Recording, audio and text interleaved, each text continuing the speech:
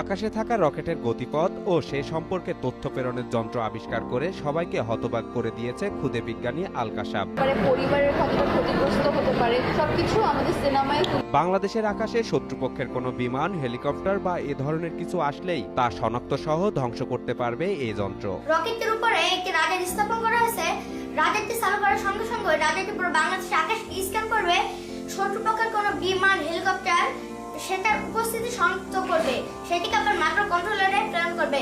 সাহেবনগর বহুমুখী মাধ্যমিক বিদ্যালয়ের এই শিক্ষার্থীর এমন কঠিন ও জটিল আবিষ্কার করতে নেয়নি কারো সহযোগিতা। নিজের বুদ্ধিমত্তা, মেধা আর কম্পিউটারকে কাজে লাগিয়ে তৈরি করেছে একের পর এক মহাকাশযানের নতুন নতুন আবিষ্কার। যে আমার বাবা তো সারাক্ষণ কাজে বাইরে থাকে, সেজন্য আমাকে একলাই করতে হয়। যে আমার যেসব যন্ত্রপাতি প্রয়োজন হয়, আমার বাবাকে আমি বলি যে সেগুলো এনে দাও, সেগুলো আমার বাবা এনে দেয়, তারপর আমি কাজ করি। আবিষ্কারগুলোর মধ্যে একটি হচ্ছে রোভার, যার মাধ্যমে চাঁদের তথ্য সংগ্রহ করা ও রেডিও কমিউনিকেশনের মাধ্যমে ডেটা সেন্টারে তথ্য পাঠানো যায়। আমরা আরো একটা প্রজেক্ট তৈরি করছি, সেটার নাম হচ্ছে কিউরিসিটি রোভার 1। সেটার কাজ হচ্ছে চাঁদে গিয়ে বিভিন্ন তথ্য সংগ্রহ করা এবং লেজার কমিউনিকেশন দিয়ে পৃথিবীতে থাকা কম্পিউটারে প্রেরণ করা। এছাড়া তৈরি করেছে 180 ডিগ্রি অ্যাঙ্গেলের নাইট ভিশন ক্যামেরা। এই ক্যামেরার মাধ্যমে চাঁদে থাকা কিউরিসিক 1 পৃথিবীতে থাকা এন্টিনার মাধ্যমে দেশের কম্পিউটারকে তথ্য প্রেরণ করবে। আমরা যুক্ত করেছি একটি 180 degree angle night vision camera, যেটি চাঁদে বিভিন্ন তথ্য সংগ্রহ করবে এবং পৃথিবীতে প্রেরণ করবে। কাশাব এই সব বিস্ময়কর প্রযুক্তি আবিষ্কার করে বিজ্ঞান ও প্রযুক্তি মেলায় হয়েছে প্রথম। তার আবিষ্কার দেখতে দূর দূরান্ত থেকে বাড়িতে ভিড় জমায় মানুষ। ছোট বাচ্চা এটা বিভিন্ন যন্ত্রপাতি উদ্ভাবন করেছে, তো আমরা এটা দেখার জন্য আসছি যে সে কিভাবে তৈরি করছে, এগুলি আকাশে ওড়ানোর জন্য সে চিন্তা ভাবনা করছে।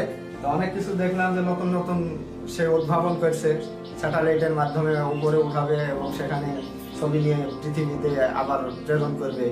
প্রাইমারি স্কুলে কাশাবের কম্পিউটার প্রোগ্রামিং এর হাতেখড়ি হয়।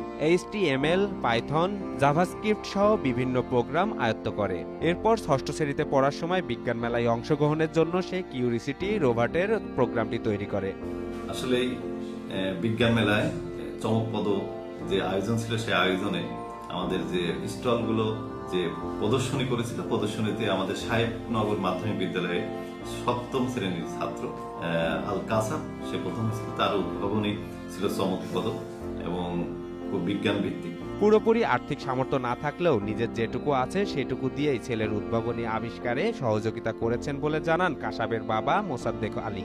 ঠিকঠাক মতো হয়ে গেছে সিনেমার মাধ্যমে। দেশের প্রযুক্তি খাত উন্নয়নের জন্য কাশাব সহ এ ধরনের মেধাবীদের পাশে স্থানীয় ও সরকারি পর্যায়ে সকল প্রকার সহযোগিতা করা উচিত বলে মনে করে এলাকাবাসী।